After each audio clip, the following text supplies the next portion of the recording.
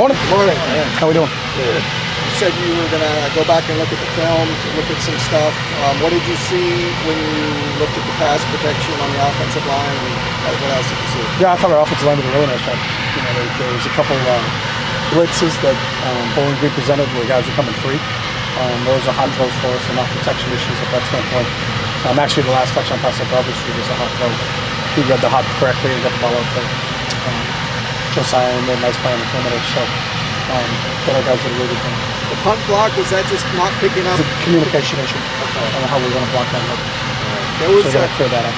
The attendance at the game was an all-time low.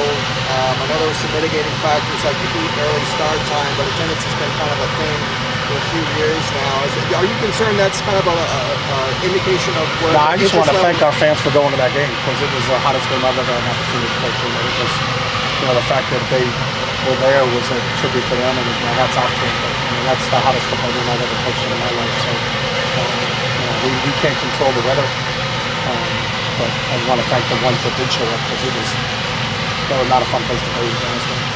Attendance has been down even before that, though. Are there concerns that our job is to play football? So, you know, we've won our last 4 on the Ben Bulge momentum meter. I think everything's going in the right direction.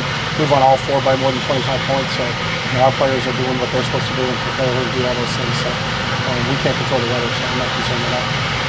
As the head coach, can you do anything to help with interest besides winning? I don't even understand the question.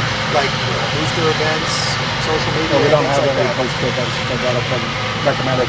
We always struggle early in the year, no matter where you are, because of we don't have the students on campus, so we don't start classes till the end of the month. So that's always been an issue when we're playing early season games. Sam Brown and Logan Moyer, are they going to be available to practice for them? We'll see.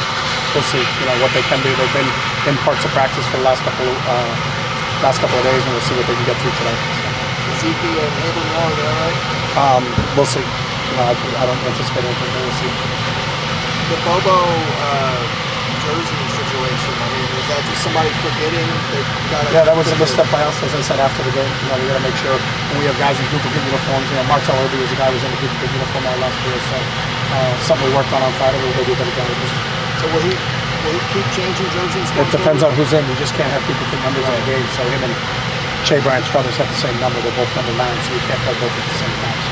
He's obviously a big target at 6'5", and we saw him get leveled a couple times. Is there any worry that, you know, as your top receiver? Penalty. No. I mean, you can't go back there and say, I'm worried about my punt returner. He fair caught it. It was a great decision by Bobo, and it was a penalty on their part. So I don't know if you can do anything else to prevent a penalty on the other side, but that's really what happened. I guess what I'm saying is just even putting him in harm's way at that position as the punt returner. So Kyle Phillips was our punt returner last year. But he's not as big of a target. I don't think the target means. I'm confused on that. 6'5". So they jump higher to tackle him than they jump higher to tackle Kyle. They're football players. You know, it's part of the game. And you're concerned with about guys getting a productive player the ball in their hands.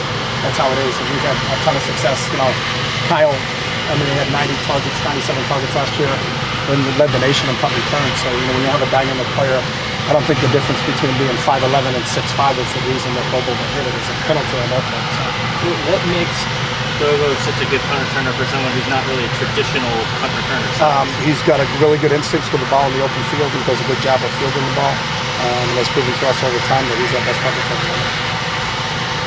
Alfie had a nice little first down play there. I know it was not designed for him, but is there any thought that you ever used like a refrigerator Perry play as a coach? What? A refrigerator Perry, running the ball with a big guy like that? No, we haven't. They're ineligible number-wise in college football. So there's a number issue in college football. In the pros, you can declare a guy eligible. So you can't hand the ball off to a number 56 in college. That's illegal in college. So in the NFL, when they did it, they declared number 72 is now eligible. They do it in every NFL game when you watch them on Sundays. If they have to use a lineman as a tight end or a running guy, they told the defense. In college football, anybody numbered 50 to 79 cannot be handed a thrown a football. So that's illegal. So it can't be a big play at the college football. Josiah Norwood, first career touchdown, that big play towards the end there. It was a couple days after he finally got on scholarship. What was that like, him coming back to the sideline, his reaction, just how big is that for him? I mean, just that's what he's done. He's made a lot of big plays for us in the last couple of years in certain situations for us. You know, he's obviously contributing more now. earned a scholarship. Really proud of him in terms of what he does. Plays with great effort, great energy every single day. Has worked himself up from, he came in here as a quarterback, coming out of high school, and then worked himself into playing receiver, getting on the field initially as special teams. And to see a fifth-year kid like that, for that to pay off is really just a tribute to him. So really happy for him. Hopefully we get more of those. How about Carson Schlesinger? He earned a scholarship. I think he's a freshman, redshirt freshman. And he got some playing time. What did you see from him? He did. He's done a really nice job. I know Ken and Billy are really high on him. He's smart. He's intuitive. Charlie Collins told us when we were recruiting him, he said, I think this kid's really going to play for you.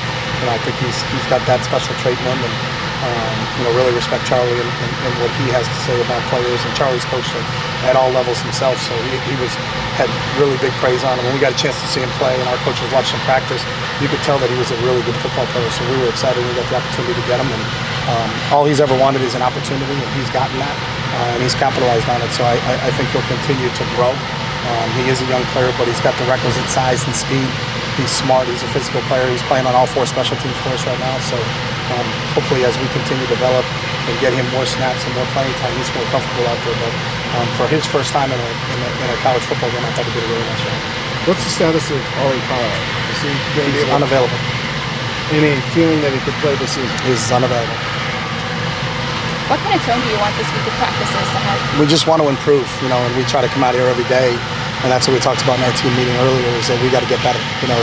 The biggest improvement most teams make is from game 1 to game 2. So we have a lot of things we have to clean up from last Saturday. But we had an opportunity to get them on film, go over them in our meeting sessions, and now get back out on the practice field and make the necessary corrections, and then obviously put our installs in for our next opponent. But it's really the same schedule that we have every week. But our Mondays are always about improvement. Can we be a little bit better today than we were on Saturday, and continue to grow as a group? So as I told the guys after the game, I hope Saturday is the worst game we played all year. And that means we're progressing every game and we continue to build. So you don't want to be the same team at the end of the year that you were at the beginning of the year. You want to hope that there's improvement over time. So. What are some of the big standouts after watching the film? What did you take away from that? Yeah, I thought Gary Smith played a really good game for us. Was really disruptive and added some things to us up front. Darius played a really good game for us at inside linebacker. I thought his tackling in the open field was really good. And I thought Blay may have played one of his better games that he's played since he's been here. Had a big sack for us, was really productive for us, really led for us and did a nice job. So those are the 3 players that really stood out over the course of the game for us. We talked about it in our meeting today, Gary, Darius, and Blay. I thought were real standout players for us on Saturday. Kenny Churchwell? Kenny played a good game. But our top 3 players of the game were Gary, Darius, and Blay. Generally speaking, the defense, you were happy with it after the game. Was that reinforced with your film review? Yeah, we can get better at everything. There were some missed assignments, there were some effort deals, offensively, defensively, and special teams. But to go out and do what they did, especially the amount of snaps they played in that heat. I give our strength and conditioning staff credit for our conditioning. We didn't see any of our guys going down cramp-wise. Our guys fought through it. Again, it was a difficult situation to play in from a weather standpoint, but that can't be an excuse. So, but I thought overall our defense played intact. Really that one drive, I think they had 162, but they had 79 yards on that one drive. We cleaned up some tackling things, and that's kind of a goal for we're going to get better at this week. Is cleaning up some of the tackling things. But I thought as a group and as a unit, they played pretty well today. Kaz Allen was a big factor in the passing game on Saturday. What kind of development have you seen from that part of him during the time you've had him? Yeah, he's starting to learn the nuances of the game. Playing wideout, he's always been a running back, and as he transitioned last year, the subtleties and the difference. He's very dynamic with the ball in his hands, but understanding leverages of the defenses and how they're trying to play you, where they're trying to force you, how you can get across, how do you beat somebody across his hips, some of the little subtle things that I think you have to do to be a really, really good receiver. But I was really happy with his production on Saturday, and I know he'll tell you there's 1 or 2 he wanted back that I think he could have been even more productive for us. But like all of our players, it's about growing and improving from game 1 to game 2. So hopefully that's just the start for Kaz. Thanks, Coach. Thank you. Thanks, guys.